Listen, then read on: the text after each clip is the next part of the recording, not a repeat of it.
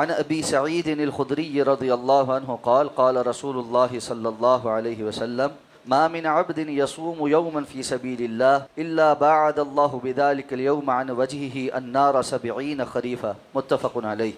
حضرت ابو سعید خدری رضی اللہ تعالیٰ عنہ بیان فرماتے ہیں کہ جناب نبی کریم صلی اللہ علیہ وسلم کا ارشاد ہے کہ آپ نے فرمایا کہ کوئی بندہ جو اللہ کے راستے میں ایک دن کا روزہ رکھتا ہے تو اللہ تعالیٰ اس دن کی بدولت اس کے چہرے سے جہنم کو 70 سال کی مسافت تک دور کر دیتے۔ یہ حدیث مبارکہ صحیح بخاری اور صحیح مسلم کی متفق علیہ روایت۔ اس حدیث مبارکہ کو بیان کر کے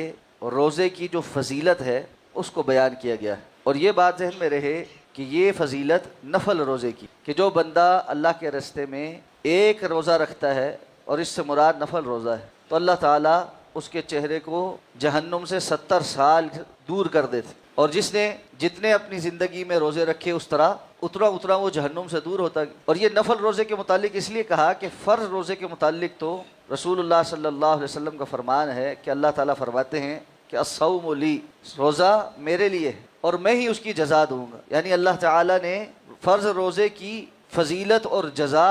متعین ہی نہیں فرمائی، اور فرشتے اللہ کے حکم سے یہ لکھتے ہیں کہ اس بندے نے روزہ رکھا ہے، اس کی جزا اور بدلہ یہ قیامت کے دن اللہ تعالیٰ خود اپنے بندے سے راضی ہو کر اس کو عطا فرمائیں، اور جس چیز پر اللہ راضی ہو کر کسی بندے کو عطا فرمائیں تو اللہ جسے چاہتا ہے بغیر حساب دیتا ہے، بغیر حساب کتاب کے، ناپے تولے بغیر اپنے فضل سے عطا فرماتا۔ تو اس لیے روزوں کی بہت فضیلت ہے، تو ان احادیث کی روشنی میں انسان کو کوشش کرنی چاہیے کہ رمضان کے علاوہ بھی نفل روزوں کا اہتمام کیا جائے۔ گرمیوں میں ذرا دن طویل ہوتے، سردیوں میں اس بارے میں بڑی آسانی، اور بعض سلف صالحین نے کہا کہ سردیاں تو اللہ کے جو عابد بندے ہیں ان کے لیے تحفہ ہے، کہ دن کو روزہ رکھنا آسان ہے اور راتیں لمبی ہیں تو سونے کے بعد اٹھ کر قیام کرنا بھی آسان، تہجد پڑھنی بھی آسان۔ تو یہ جیسے جیسے موسم ڈھل رہا ہے اور آگے سردی کا موسم آنے والا ہے تو انسان کو اپنی نیت اور اہتمام شروع کر دینا چاہیے کہ اس دفعہ اللہ مجھے توفیق دے